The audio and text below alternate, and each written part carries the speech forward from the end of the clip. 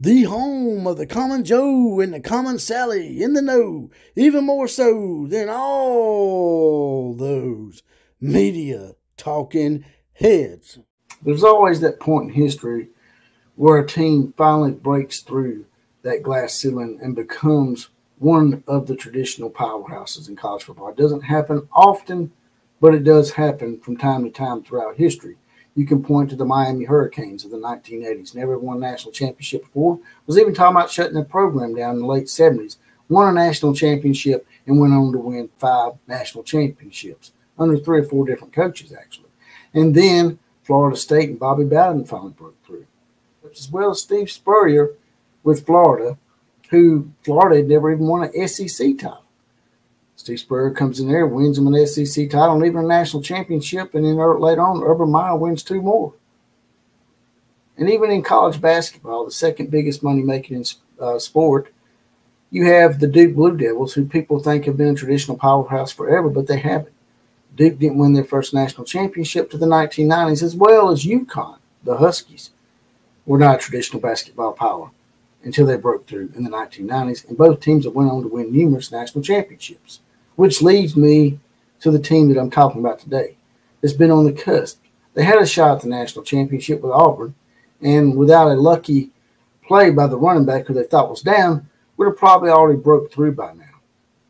Oregon's that program that I think, with a few breaks this year, could break through and finally have their seat at the table. Because I think if Oregon wins one national championship, they will become one of the traditional powers in college football. Let's talk about it.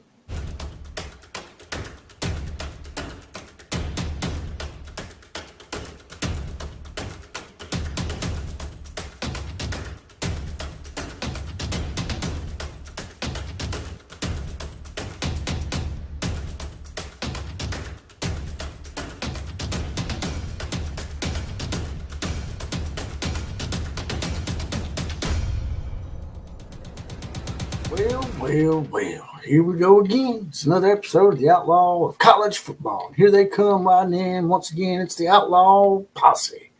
Now, in effect. And today's 4 horsemen shout-outs go to, on the list right here, Preston Green, Matt Bingham, Tim K, and Michael Dyche are saddled up, mounted up, and ready to go.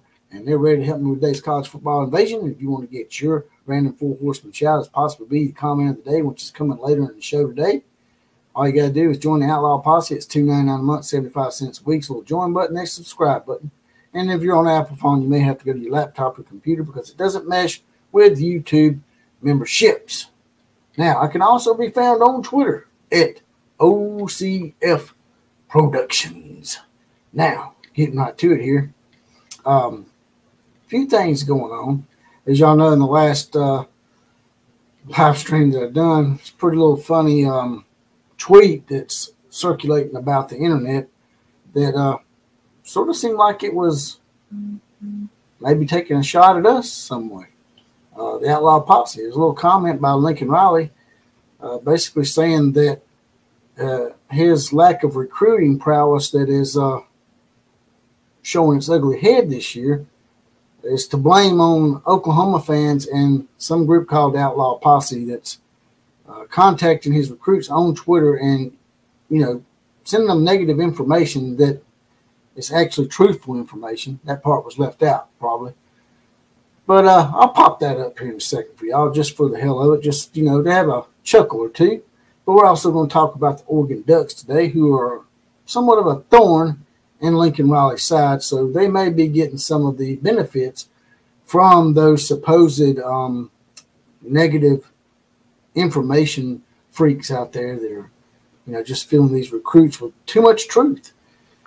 But the Oregon Ducks, like I said, they've been on the cusp for quite some time. The Oregon Ducks have a very unique opportunity this year to break through and be at the national championship table. There's not a lot of teams out there with a national championship in college football as compared to how many teams there are in Division I football now. I think it's like 132, 133 maybe. So out of 132 and 133 teams, I haven't got it in front of me, but if I had to gander a guess, I would say only 15 to 20 teams, tops 25 maybe, have national championships in college football that they can actually claim legitimately. And to break through and get up there sometimes leads to an avalanche of national championships. Now, sometimes it don't. Like, for example, Washington back in the 1990s won their first national championship, I think.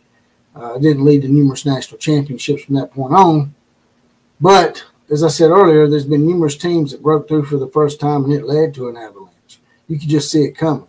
If teams like Miami and Florida State ever won one, they'd probably win numerous. It's just getting over that first one to get you over the hump. And Oregon is on the cusp of that, in my opinion. They got some great stories. And all they got to do, ironically, and this is why it would be such a great story. They've already lost to Washington, who is really their chief rival. Now, I know Oregon State's their in-state rival, and Oregon State fans may disagree, but I think more Oregon fans would tell you that Washington has always been their biggest threat. Well, they lost to Washington already. And normally, that'd be it. But with today's college football and the advent of the playoff and conference championship games and no divisions, which is a good thing for Oregon. It's a good thing there's no divisions this year because they may, in fact, get a chance to rectify that loss. In years past, they wouldn't get a chance to rectify that loss to Washington. But now they will, hopefully. They got to get past Oregon State. Now, I'm not sure how the tiebreakers go and what the scenario is on the Pac-12 because I hadn't really looked it up. But I'm under the impression that they beat Oregon State that they're in. If they lose to Oregon State, they might still be in. I'm not sure. But regardless, it's ironic that their two biggest rivals in the history of Oregon Duck football is standing in the way of making history for Oregon football. Oregon State in the Civil War this weekend and Washington in a possible Pac-12 title game that y'all will play them for the first time, I think, twice in 1 year. Just think about it. If y'all can just, it would be a great story for Oregon people. It would be one that Oregon people would talk about for decades and decades and decades. Even if y'all didn't win numerous national championships after that, you would have beat your two main rivals to get to the national championship playoff. And then if you win the damn thing, you finally break that glass ceiling, you finally break through, and then maybe you can win a couple of more, just like the University of Miami did back in the day, Florida State, Florida, and like I said, in basketball, Duke and UConn. And another big part of this story that would make this a story made for movies is Bo Nix. He was basically ostracized and banished from a team he grew up idolizing and a team he grew up loving, the Auburn Tigers, and his father, Patrick Nix, even played for him. He was a legacy and got banished or pushed out at Auburn and went on to play at Oregon last year, done decent. And then this year, he's now in the Heisman race. More than likely, will at least get a Heisman invite. And that in itself is a big story. He's also broke the record for the most starts. Some people may make fun of that. But to me, that really speaks volumes of his perseverance and his will to just love the game of college football and to will his way. And I think Bo Nix could possibly win the Heisman Trophy, especially if he would have a big game against Washington and rectify that loss that they incurred from Washington earlier in the year. So this could be everything that Oregon ever hoped for.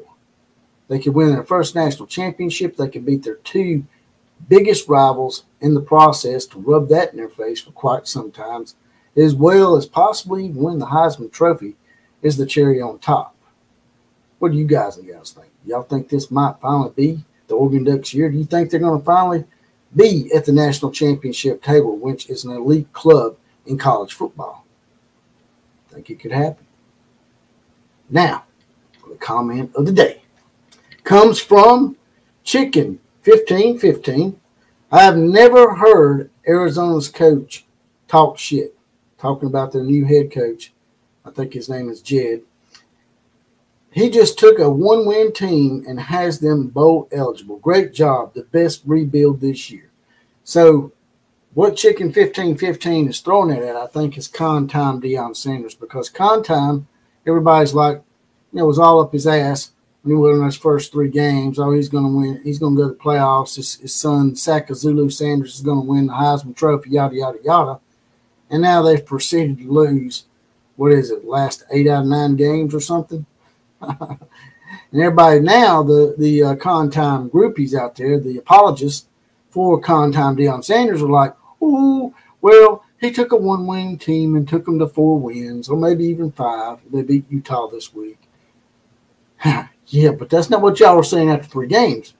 If y'all hadn't been doing what you was doing after 3 games, Deion Sanders included, no one would be giving you such a hard time. And to say that you couldn't expect more than that sort of makes you look like a liar as well, because as Chicken 1515 said in his comment of the day, you could absolutely have done better. Arizona's going to a bowl game, and they only won 1 or 2 games last year. So that excuse is out the window. And I'm going to pop the little Lincoln Riley thing up for y'all now. Poof.